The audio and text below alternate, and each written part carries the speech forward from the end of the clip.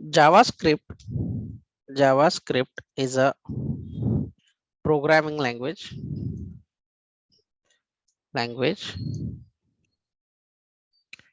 which is used at client and server both sides। यानी कि ये जो जावास्क्रिप्ट जो प्रोग्रामिंग लैंग्वेज है इसका इस्तेमाल हम लोग दोनों साइड में करते हैं। अभी जैसे कि आप लोगों को पता ही होना चाहिए कि क्लाइंट क्या होता है, जो यूजर इंटरफेस होता है उसे हम लोग, जो यूजर इंटरफेस होता है आप ब्राउजर के जरिए इस्तेमाल करते हो, जैसे कि ये वाला जो होता है जो आपको दिखाई देता है ब्राउजर में, जो भी कुछ दिखाई दे, ये व्हाट्सएप हो, जीमेल हो, फेसबुक हो, ये सब कुछ जो होता है इसे हम लोग यूजर इंटरफेस कहते हैं और इसे ही हम लोग क्या कहते हैं, क्लाइंट कहते हैं। एंड ये जो क्लाइंट होता है इस पे जो डेटा आता है या इंफॉर्मेशन आती है वो आती है सर्वर से। तो दोनों भी क्लाइंट एंड सर्वर पे जो इस्तेमाल होती है कॉमन लैंग्वेज वो है जावास्क्रिप्ट। दोनों भी जगह पे हम लोग उसे इस्तेमाल करते हैं जावास्क्रिप्ट। तो आप लोगों को मैंने जो ये थ्योरेटिकल पार्ट लिखा है वो आप लोगों को समझ में आया रहेगा, which is use at client, और कौन से साइड पे यूज करते हैं, क्लाइंट एंड सर्वर दोनों साइड पे हम लोग इसे इस्तेमाल करते हैं। दूसरा इसके बारे में पॉइंट होगा जावास्क्रिप्ट के बारे में,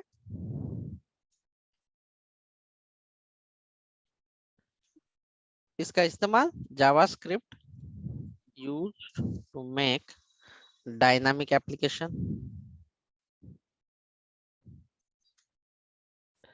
आप लोग मुझे बता सकते हैं कि अभी तक हम लोगों ने क्या क्या डिस्कस किया है या क्या क्या पढ़ा है। हम लोगों ने HTML के बारे में पढ़ा है, CSS के बारे में पढ़ा है, सारी चीजें हम लोगों ने प्रैक्टिकली की है। तो HTML का क्या पर्पस होता है कि हम एलिमेंट बना सकते हैं HTML से। We can we can create element. Structure का देखो, काम है। ठीक है। और CSS क्या काम करता है? स्टाइलिंग डिजाइन क्या? ब्यूटीफाई करता है एलिमेंट को। हाँ, styling beautifying. Yes, styling. Styling किसे स्टाइल करता है? HTML स्ट्रक्चर एलिमेंट को कह सकते हैं एलिमेंट। हम, एलिमेंट को। अब इस जावास्क्रिप्ट जो है, जावास्क्रिप्ट क्या करता है, इट मेक्स एलिमेंट डायनामिक। ये सारी चीजें होती हैं। तो इसका हर एक का पर्पस है। कोई अगर पूछे तो आपको बताना आना चाहिए कि वो क्या डिफरेंस है और कहाँ पे हम लोग यूज करेंगे। जैसे कि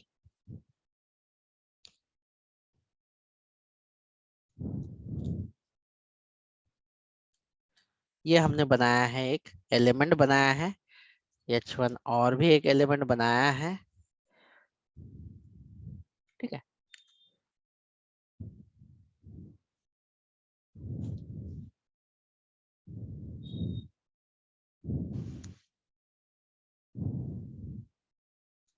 ये भी एक एलिमेंट बनाया है, एडिशन। अभी इन्हें ब्यूटीफाई से बैकग्राउंड कलर या साइज या जो भी कुछ देना है तो हम लोग CSS से कर सकते हैं। लेकिन ये 2 नंबर का अगर मुझे एडिशन करना हो, यानी डायनामिकली उसे वर्क करना हो कंटेंट पे, तो क्या हम HTML एंड CSS से कर सकते हैं? क्या ये एडिशन जो है 20 और 30 का एडिशन, क्या हम लोग HTML एंड CSS से कर सकते हैं? No sir. No sir. नहीं सर। जैसे कि एडिशन हुआ, डेटा लेना, वैलिडेशन, जो कैलकुलेशन, सारे जितने भी लाइक एज अ सॉफ्टवेयर काम होते हैं वो हम कर सकते हैं जावास्क्रिप्ट से ही। और स्ट्रांगली जावास्क्रिप्ट का जो बेसिक होता है, फंडामेंटल होता है, ये बहुत क्लियर होना आपको जरूरी होता है, ठीक है। तो आज के सेशन में आप लोगों को जावास्क्रिप्ट तो पता चल गया, आपका मोटिवेशन की कहाँ पे यूज करते हैं और इसका इस्तेमाल करने से हमें कैसे डायनामिक बना सकते हैं। तो ये इसका एग्जांपल है सिंपल सा, कि ये HTML CSS का एडिशन या सब्ट्रैक्शन या कोई भी मतलब मैनिपुलेशन नहीं कर सकते विदाउट द जावास्क्रिप्ट। तो हमें वो करना ही होगा। जावास्क्रिप्ट इसलिए बहुत ही इंपॉर्टेंट होता है। क्या सब लोगों को क्लियर है कि HTML का क्या पर्पस है, CSS का क्या पर्पस है, जावास्क्रिप्ट का क्या पर्पस है? Yes sir. चलिए, अभी जावास्क्रिप्ट, जब हम प्लेन जावास्क्रिप्ट से अगर हम लोग कोड को लिखने की कोशिश करेंगे तो शायद एक एप्लीकेशन बनाने के लिए थोड़ा ज्यादा समय लग सकता है। लेकिन अगर वही कोड अगर किसी ने पहले से जावास्क्रिप्ट लैंग्वेज में लिखा हुआ है और सिर्फ हमें इस्तेमाल करना हो, तो हमें उतना टाइम नहीं लगेगा डेवलपमेंट के लिए। मैं अभी यहाँ पे एक एग्जांपल ले लेता हूँ। जैसे कि केशव ने एक कोड लिखा है कैलकुलेटर का, कैलकुलेटर डॉट फाइल के अंदर एडिशन नाम का। जैसे ही एडिशन, सब्ट्रैक्शन, ये लिख के रखा है कोड, ठीक है। अभी ये जो कोड है सिर्फ अभिषेक को इस्तेमाल करना है बस। यहाँ पे आएंगे, अभिषेक को, ये केशव है, केशव का अलग सिस्टम है, और अभिषेक यहाँ पे जो है वो पूरा जो एडिशन है, एडिशन करना है। जैसे एडिशन करेंगे 2 नंबर का, जो भी 2 नंबर है वो पास कर देंगे जस्ट इस तरह से। सपोज मान लो, पूरा कोड नहीं लिखा मैंने बट ठीक है, यहाँ पे अभिषेक को एडिशन मिल जाएगा। और जो भी केशव ने इसके अंदर जितना भी 100 या 200 लाइन का कोड लिखा है काम करने के लिए, ये किसने लिखा है? इतना जो कोड लिखा है ये किसने लिखा है? ये कोड केशव ने। केशव ने इसे लिख दिया है। केशव ने ये सारा काम किया है और अभिषेक सिर्फ इस्तेमाल करेगा। तो अभिषेक की जो मेहनत थी वो बची, टाइम उसका बच गया। तो इसी तरीके से जो पर्टिकुलर डेवलपर कम्युनिटी होती है वो कोड को लिख के रखते हैं और सॉफ्टवेयर बनाने के लिए हम लोग सिर्फ उसे इस्तेमाल करते हैं, बाकी के डेवलपर। तो वो लिखा हुआ जो कोड रहता है बेसिकली जावास्क्रिप्ट में, तो पहले से जो कोड लिखा होता है उसके दो तरीके हैं, उसे दो कैटेगरीज में हमने डिवाइड किया है। पहला जो होता है कि मतलब पहले से कोड लिखा हुआ है और हमें उसे इस्तेमाल करना है, प्योरली पूरा 100% कोड लिखने की जरूरत नहीं है, जस्ट हमें हमारा काम लिखना है। जो बॉयलर प्लेट बार बार इस्तेमाल होने वाला कोड होता है, कॉमन कोड, वो लिखा रखा है। तो जो ऑलरेडी कोड लिखा है उसमें दो कैटेगरी होती है, लाइब्रेरी और दूसरा होता है फ्रेमवर्क। सो जावास्क्रिप्ट की लाइब्रेरी एंड जावास्क्रिप्ट की फ्रेमवर्क, आप लोगों को ये समझना बेहद जरूरी है। अगर आप ये नहीं समझ पाओगे कि लाइब्रेरी क्या है और फ्रेमवर्क क्या है और किस लिए इस्तेमाल करते हैं। जीरोथ लेवल पे होती है प्रोग्रामिंग लैंग्वेज जैसे कि जावास्क्रिप्ट, इसे हम लोग टेक्नोलॉजी भी कह सकते हैं। हम जो सॉफ्टवेयर लाइब्रेरी से बनाते हैं या फ्रेमवर्क से बनाते हैं वही सॉफ्टवेयर जो है हम लोग प्लेन जावास्क्रिप्ट से भी इस्तेमाल करके बना सकते हैं।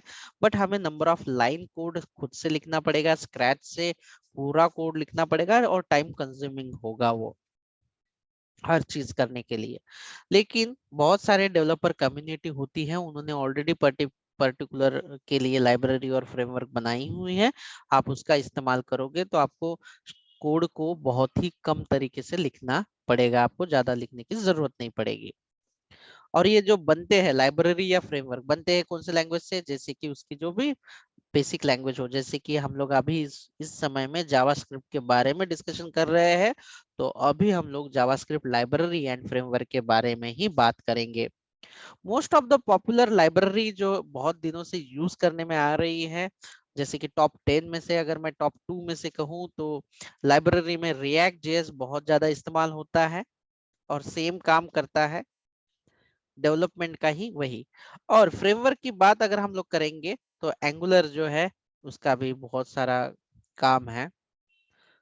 और ये लाइब्रेरी एंड एंगुलर सेम ही काम करते हैं। जैसे कि अगर आपको मैंने पूछा कि आईफोन का काम क्या है और आपके पास जो रियलमी या किसी भी फोन इनका क्या वर्क है। तो उसका जो मेन वर्क होता है वो फोन कॉलिंग करना या व्हाट्सएप चलाना, सारे जो फीचर होते हैं ऑलमोस्ट सेम ही होते हैं। ठीक है, ये इंटरव्यू का क्वेश्चन है दोस्तों कि what is the difference between react JS and angular. So you should more concentration here. तो आप लोग ये इंटरव्यू क्वेश्चन नोट करिए। What is difference between react JS and angular. ये वैनिला जेएस के इसमें पूछे जा सकने वाला एक क्वेश्चन हो सकता है। सो लाइब्रेरी लाइब्रेरी कौन सी है जो मोस्ट पॉपुलर है जावास्क्रिप्ट की लाइब्रेरी? रिएक्ट। इसके अंदर दूसरी भी लाइब्रेरी है जो और भी फेमस है।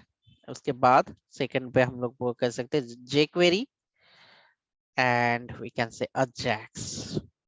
फ्रेमवर्क की अगर आप और एक बात करें तो इसके अंदर आएगा एक्सप्रेस, इलेक्ट्रॉन, या ठीक है इतने काफी है ऐसे। सबसे पहले आप लोगों को लाइब्रेरी समझ के लेना है। मैं आप लोगों को व्हाट इज अ लाइब्रेरी ये थोड़ा ध्यान देके समझ लीजिए कि लाइब्रेरी क्या है।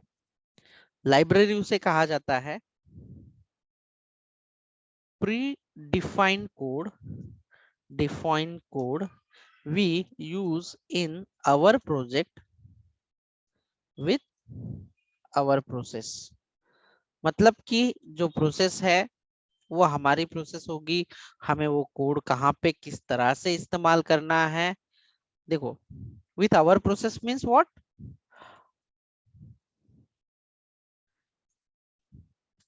Predefined code we use in our project our way, how and what and where, ये कहाँ पे इस्तेमाल करना है ये टोटली डेवलपर पे डिपेंड होता है।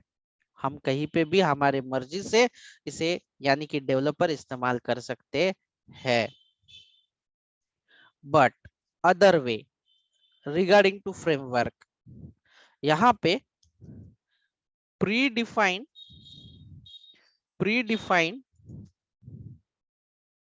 Code and predefined process. इसका मतलब है कि हम हमारे मर्जी से कहीं पे भी कुछ लिख नहीं सकते। यानी कि फ्रेमवर्क ने बताया है कि आपको HTML का पेज यही फोल्डर में क्रिएट करना है, यहीं पे आपको CSS का फोल्डर क्रिएट करना है, यहीं पे CSS फाइल, मतलब उसी जगह पे हमें करना होता है। हम हमारे तरीके से स्ट्रक्चर नहीं कर सकते।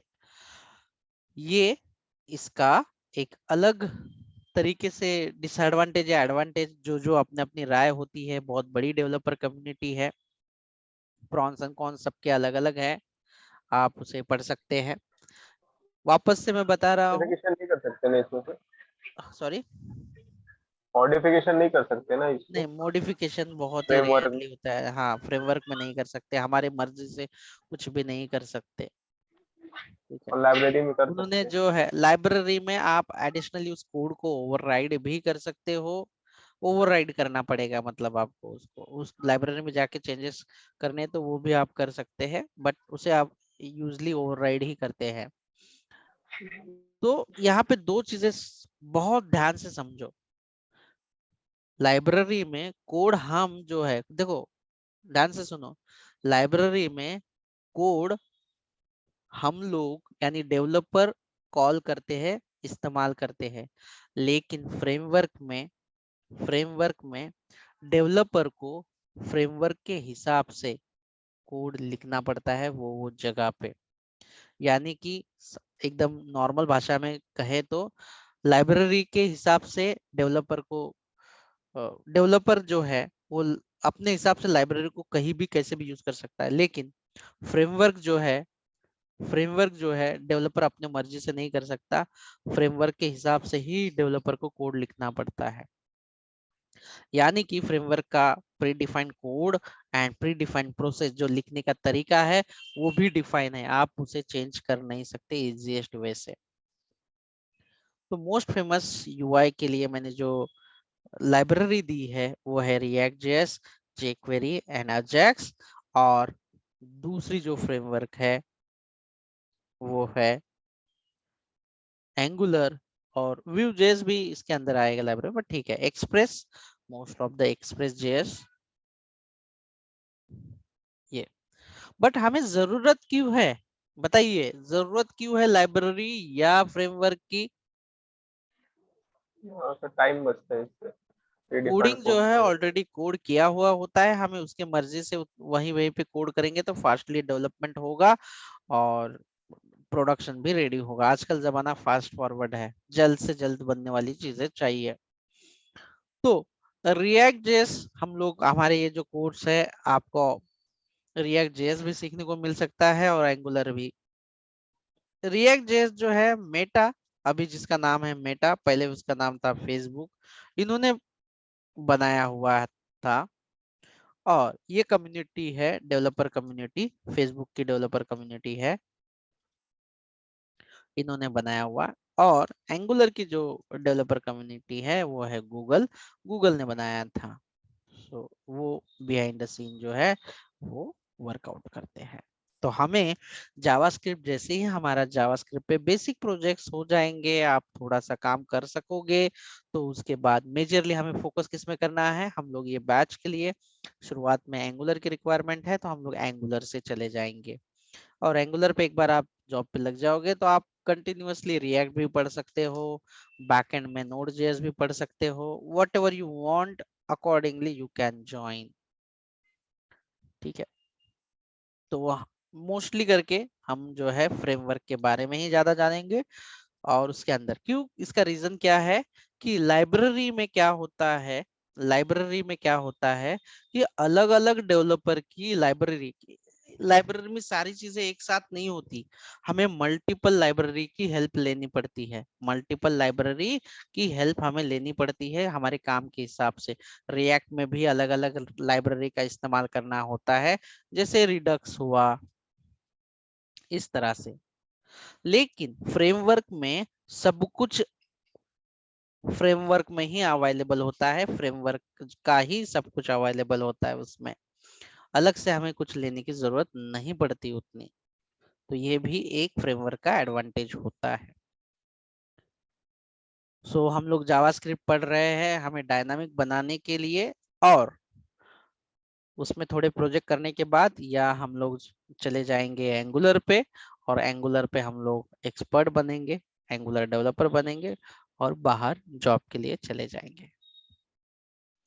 So any question guys for me? Hello sir. हाँ बोलिए। सर ये जावास्क्रिप्ट प्रोग्रामिंग लैंग्वेज है या स्क्रिप्टेड लैंग्वेज है? देखो इसे हम प्रोग्रामिंग लैंग्वेज कहेंगे। स्क्रिप्टेड लैंग्वेज जो होती है बेसिकली मोस्ट ऑफ द करके कहीं जगह पे यूज कर सकते थे, पहले जो हम लोग इसे स्क्रिप्टिंग लैंग्वेज ही कहते थे, लेकिन अभी हम लोग बैकएंड में भी एज मेन लैंग्वेज यूज कर रहे हैं, इसलिए हम लोग प्रोग्रामिंग लैंग्वेज ही कह सकते हैं। कोई भी स्क्रिप्टिंग लैंग्वेज भी प्रोग्रामिंग लैंग्वेज ही होती है। अच्छा सर, फिर ये आंसर क्या देना है सर, फिर प्रोग्रामिंग या स्क्रिप्टेड? अब प्रोग्रामिंग बोल सकते हैं, ऐसा कोई क्वेश्चन ही नहीं पूछेंगे कि जावास्क्रिप्ट की स्क्रिप्टिंग लैंग्वेज है या क्या, राहुल वो सर ने क्वेश्चन ही नहीं रहेगा वो। राहुल सर ने पूछा था सर इंटरव्यू में कि ये स्क्रिप्टेड लैंग्वेज है या प्रोग्रामिंग लैंग्वेज है, तो हमने प्रोग्रामिंग बोला था तो वो बोले कि स्क्रिप्टेड है, इसीलिए हाँ पूछा पहले था। जो वर्जन थे, जो बेसिक वर्जन होते हैं वो स्क्रिप्टेड के लिए है, लेकिन अभी जो न्यूली वर्जन आ गए हैं वो दोनों भी साइट पे आते हैं, और वो हम लोग एज अ बैकएंड भी नोड जेएस के साथ यूज करते हैं, तो प्रोग्रामिंग लैंग्वेज कहेंगे हम लोग उसे। जो पुराने वर्जन के लिए वो बात कर रहे होंगे, क्योंकि आपका जो है नया वर्जन अभी स्टार्ट नहीं हुआ, जो नया न्यूअर वर्जन आया हुआ है ईएस, जो एक्मा स्क्रिप्ट ने बनाया है, पहले हम लोग बैकएंड में नहीं यूज करते थे। सर तो नोड जेएस हमको बैकएंड में पढ़ना पड़ेगा सर, है ना? नहीं, फ्रंट एंड के लिए भी लगेगा, एंगुलर हो या रिएक्ट हो, उसके लिए बैक आपको पढ़ना ही पड़ेगा। ये नोड जेएस हम लोग बेसिक स्टार्ट करेंगे, नोड जेएस से ही काम करेंगे, आगे देखेंगे हम लोग, ठीक है। सो आप लोगों का और भी कोई क्वेश्चंस है इसके रिलेटेड इंट्रोडक्शन में? और बात ये है इसकी जो रिलीज हिस्ट्री की बात है, जैसे कि आप लोग हिस्ट्री पढ़ोगे जावास्क्रिप्ट के बारे में, तो बेसिकली कुछ दिनों बाद ये जो जावास्क्रिप्ट प्रोग्रामिंग लैंग्वेज थी, ये जावा ने एक्वायर कर ली थी वो कंपनी को, इसीलिए मार्केटिंग के लिए इन लोगों ने जावा और जावास्क्रिप्ट का जो नाम है, ऑलमोस्ट पहले उनके पास जावा थी सन माइक्रो सिस्टम के पास, इसीलिए इस लैंग्वेज को जावास्क्रिप्ट का नाम दिया गया। लेकिन बहुत सारे लोग बहुत कंफ्यूज होते हैं जावा एंड जावा के बीच में। लेकिन अगर मैं आप लोगों को पूछूं ये जो है जावा एंड जावास्क्रिप्ट, तो दोनों में क्या अंतर हो सकता है, तो आप मुझे बताओ पिन एंड प्लेन में कितना अंतर है?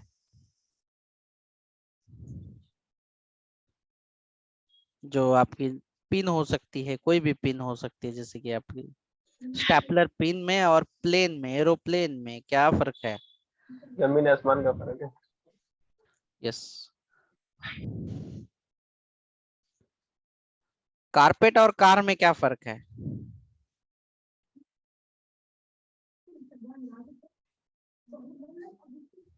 क्या कोई सिमिलरिटी है कारपेट एंड कार में?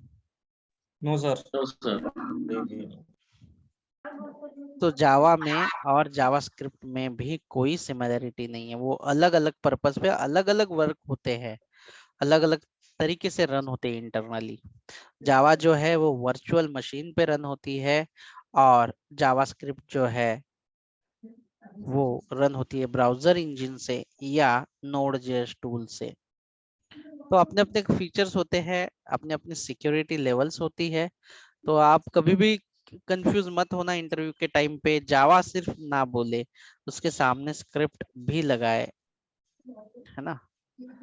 सो अगर किसी ने पूछा what is the difference between Java and JavaScript, शायद से कोई नया आप पूछ सकता है, तो Java is pure purely purely पूछते कोई कोई इंटरव्यूअर में इस तरह से, तो मैं यहाँ पे लिख देता हूँ जावा इज प्योरली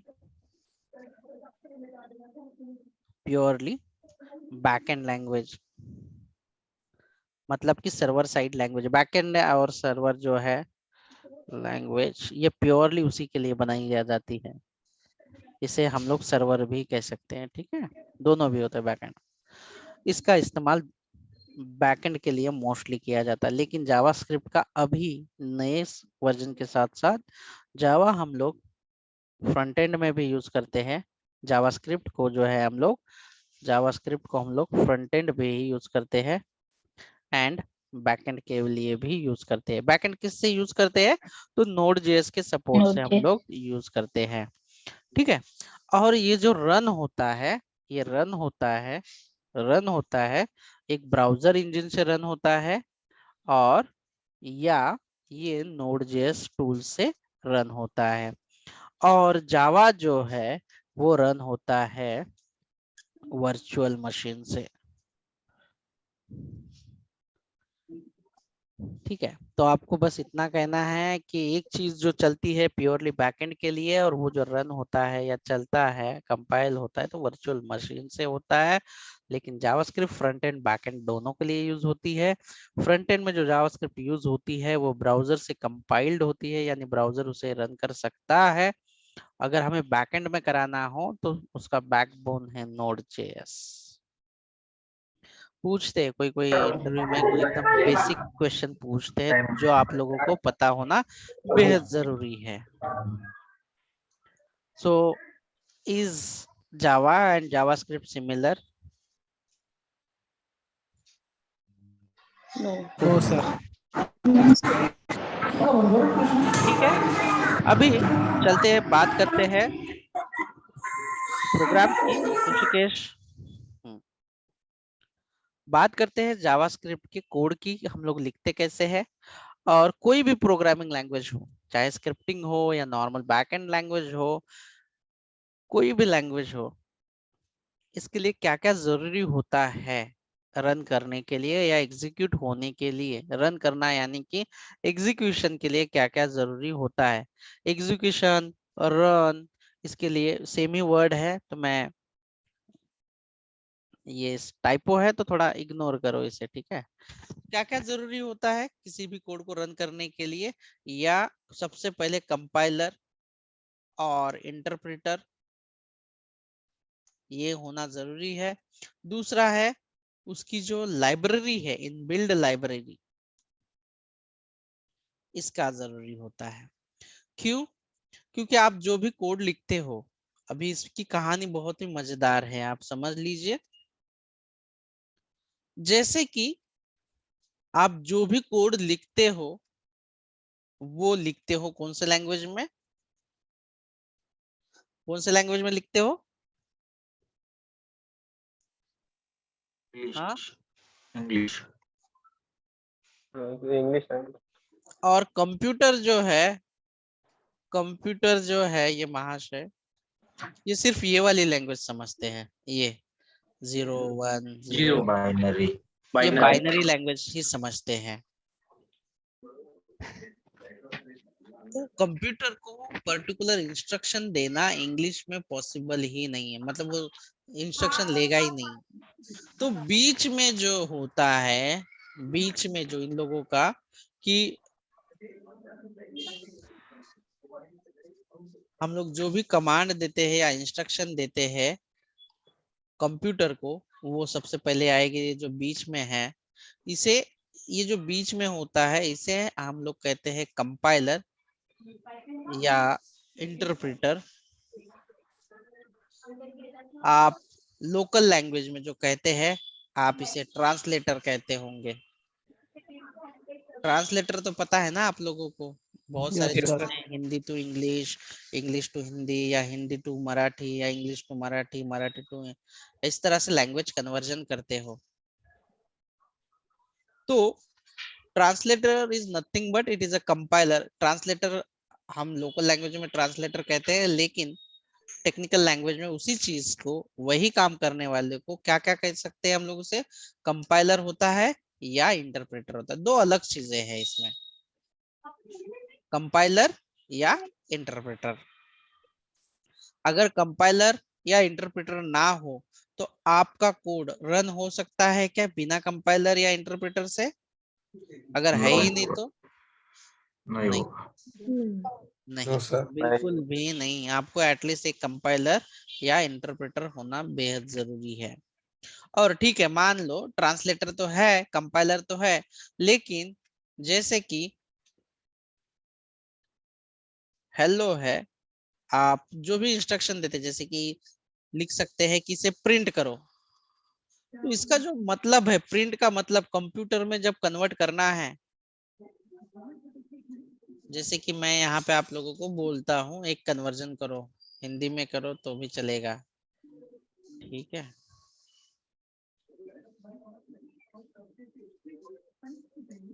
इसे आप हिंदी मराठी में करो, लंच जेवन ठीक है। खाना खाना, आपका जो भी दोपहर का खाना हो खाना ये है। खाना। ये आपने कैसे सीखा? कहीं पे सुना और फिर आप लोगों ने कन्वर्ट किया, कहीं से पता तो हुआ होगा ना आपको। यस।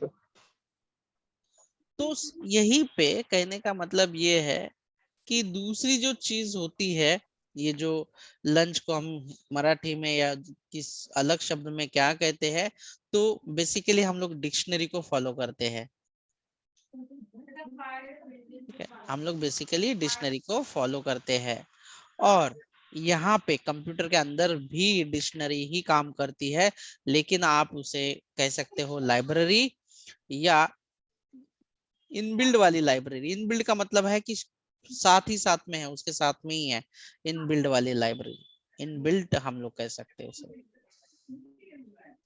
इसके अंदर सारे शब्द लिखे होते हैं कि हमें इसका कन्वर्जन जो है कंप्यूटर के लैंग्वेज में कैसे करना है, और वापस से कंप्यूटर इंस्ट्रक्शन का जो भी आउटपुट है वो हमें इंग्लिश में कैसे कराना है। तो ये सारी चीजें जो है ये इनबिल्ट लाइब्रेरी में होती है। तो ये दोनों चीजें जब तक नहीं होती तब तक बिना लाइब्रेरी के कंपाइलर कुछ भी नहीं कर सकता। जैसे कंपाइलर है बट लाइब्रेरी नहीं है तो उसे पता ही नहीं चलेगा लंच को खाना खाना है या ऐसा कुछ बनाना है, तो वो काम ही नहीं कर पाएगा, एग्जीक्यूशन नहीं होगा। दोनों में से दोनों चीजें आपको मैंडेटरी है। कंपाइलर हो, इसमें ऑप्शंस है, या तो कंपाइलर हो सकता है या तो इंटरप्रेटर।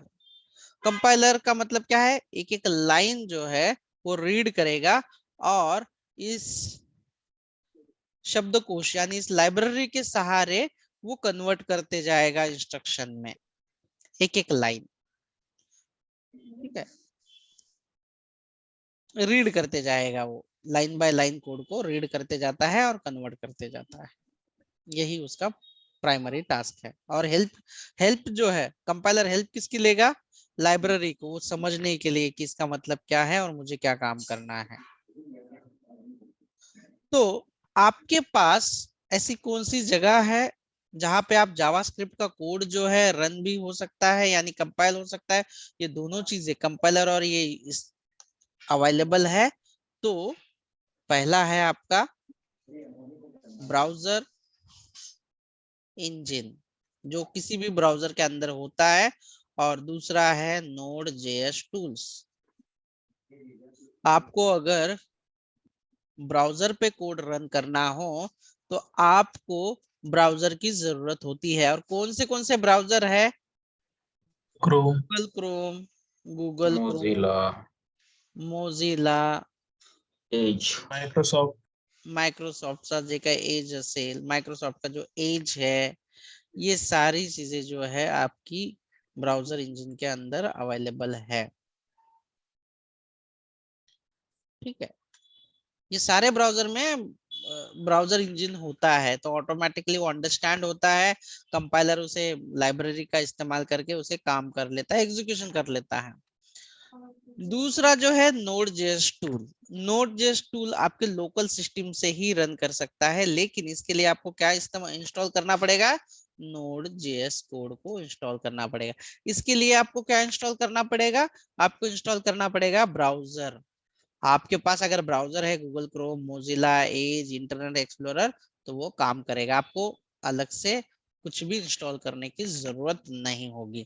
लेकिन अगर आपको लगता है कि नोड जेएस से आपको रन करना है तो आपको क्या इंस्टॉल करना होगा, Node.js, नोड जेएस आपको इंस्टॉल करना पड़ेगा। तो नोड जेएस इंस्टॉल करने के लिए आपको डाउनलोड करना होगा नोड जेएस। आप यहाँ पे आइए, देखिए आपके सामने नोड जेएस का दिया हुआ, यहाँ पे एलटीएस करके लिखा है।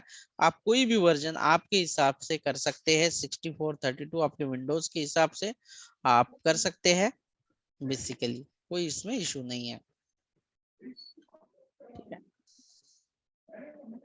रीड करने के लिए आपको ये करना होगा इंस्टॉलेशन। आप डाउनलोड करो, आपकी 64 बिट है, विंडोज है तो ये विंडोज एमएसआई कर सकते हो, ये ज्यादा बेहतर होगा आप लोगों के लिए।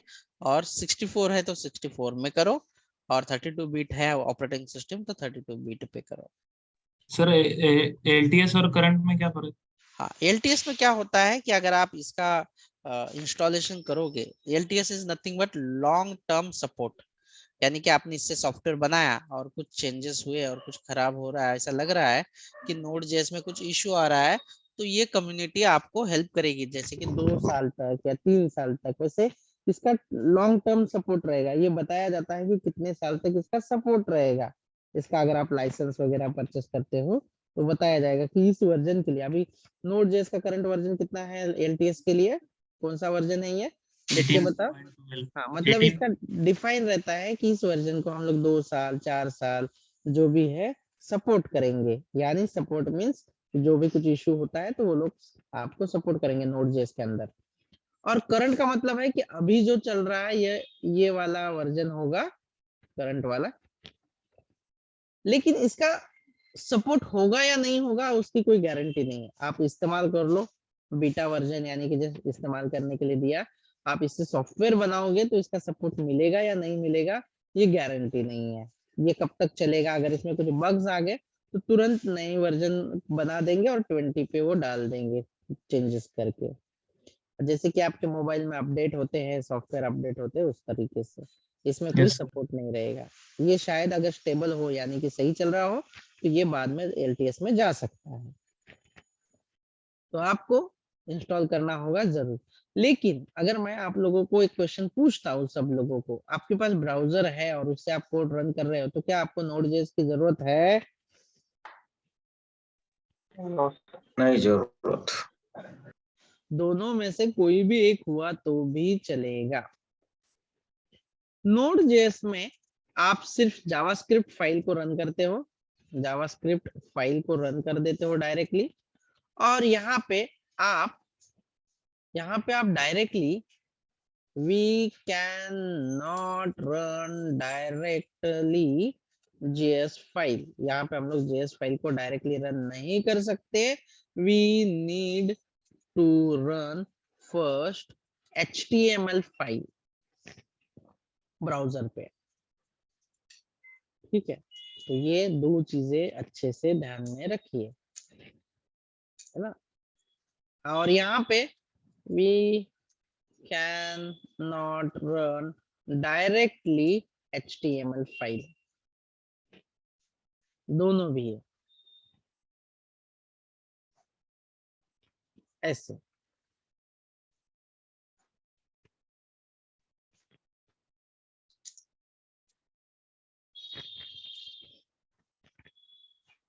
तो चलिए VS कोड हम लोग ओपन कर लेते हैं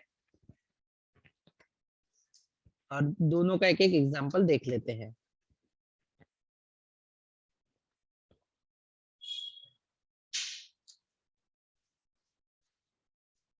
स्क्रीन दिखाई दे रही है आपको मेरे? VS कोड की ओपन हो चुका है। Yes, sir. अब इसके अंदर JS और HTML की कुछ कोड है जो मैं शायद इसके अंदर पुट कर दूंगा। इसके जो नोट्स होंगी, ये नोट्स भी इसके जो सेशन नोट्स है इसके अंदर मैं डाल देता हूँ। और ये जो नोट्स है जैसे कि session 01 introduction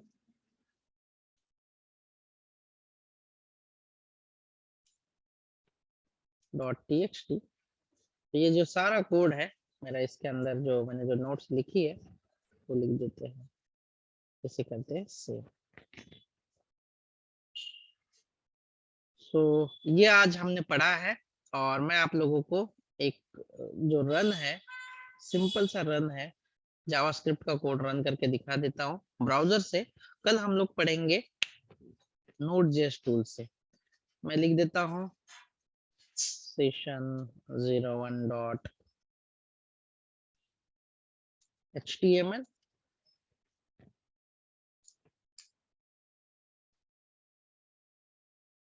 run code using browser। ठीक है, अभी ये जो कोड है, कोड रनिंग,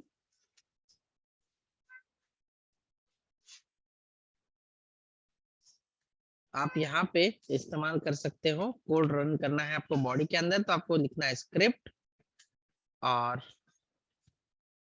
इसके अंदर आप कोई भी कोड जो है आउटपुट अगर आपको दिखाना है पेज पे, HTML वाले पेज पे, तो आप लिखते हो डॉक्यूमेंट। ये आगे हम पढ़ेंगे डॉक्यूमेंट ऑब्जेक्ट क्या होते हैं एडवांस जावास्क्रिप्ट में, डॉम मैनिपुलेशन में। डॉक्यूमेंट डॉट राइट लिखना है यहाँ पे आपको, राइट आप लिख सकते हैं हेलो।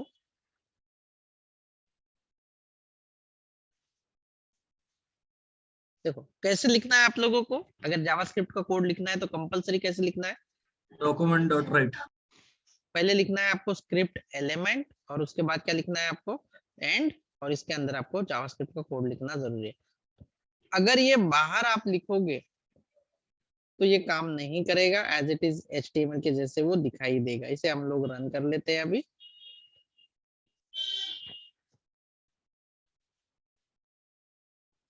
देखो अभी आपको ज्यादा समझ में नहीं आएगा, मैं यहाँ पे लिख देता हूँ कॉमा 10 into 20, let's see, इसका आंसर क्या होगा? 200. 100. बराबर आया। लेकिन अगर हम लोग ये स्क्रिप्ट वाला नहीं लिखते, स्क्रिप्ट वाला निकाल देते हैं, तो देखो ये मैनिपुलेशन नहीं करेगा, एज इट इज जैसे है वैसे प्रिंट कर देगा।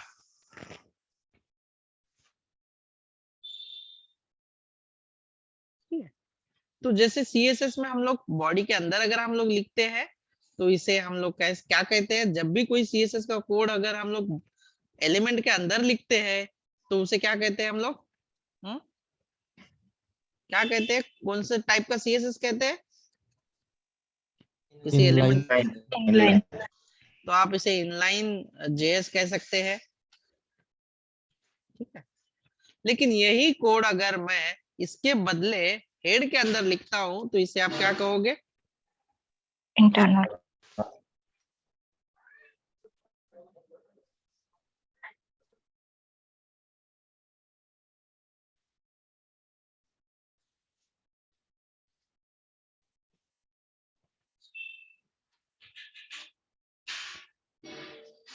तो यहाँ पे भी आप लिख सकते हो जावास्क्रिप्ट का जो भी कोड है, आप देखो।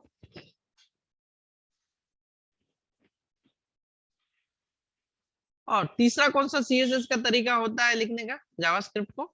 एक्सटर्नल। External.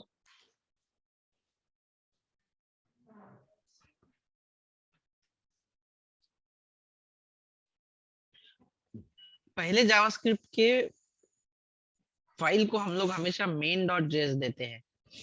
मेन जो कोड मैंने यहाँ पे लिखा है, शायद मैंने हटा दिया उस चीज को, निकाल देते हैं। जो कोड मैंने यहाँ पे लिखा है वो कोड विदाउट द एलिमेंट मैं डायरेक्टली ऐसे लिख देता हूँ।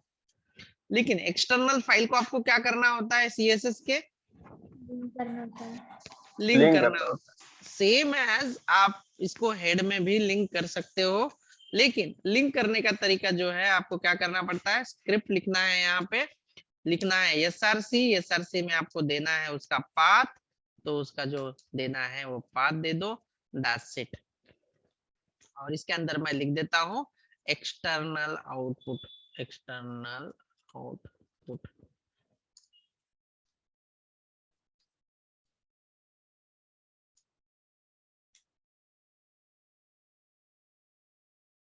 एक के नीचे एक आना तो चाहिए था, मैं इसे इसके पहले BR टैग डाल देता हूँ, सिंगल कोट।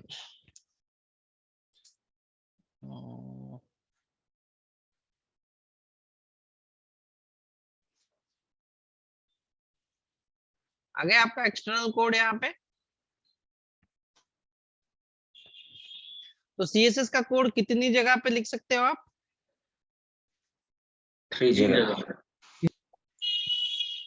बॉडी के अंदर, हेड के अंदर और एक्सटर्नल फाइल में कौन सा रिकमेंडेड होगा?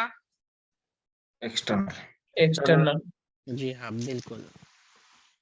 और ये हेड में और एक्सटर्नल फाइल की लिंक है ना, हमेशा हेड में ना रखे, वो हमेशा बॉडी जहाँ पे एंड होती है वहां पे रखे।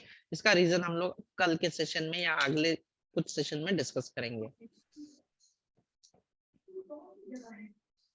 तो आपके लिए असाइनमेंट्स है यहाँ पे, जैसे देखो मैंने सेशंस जो लिखा है, ये कोड मैं अभी गिटहब पे पुश करूंगा और फिर आप लोगों को असाइनमेंट्स सॉल्व करनी होगी इसकी। तर जसं आपण HTML मध्ये index.html करतो तो तसं मग main.js हे main.js, yes. CSS पहिले च्या रन होईल का? हा CSS च्या फाईलचं नाव काय असायला पाहिजे डिफॉल्ट? Style.css. style.css. HTML च्या फाईलचं नाव काय असायला पाहिजे? index.html. JS च्या फाईलचं नाव काय असायला पाहिजे? Main.js. You can give it any name, but as per the standard आपण अशा पद्धतीने करत असतो. This is the thing.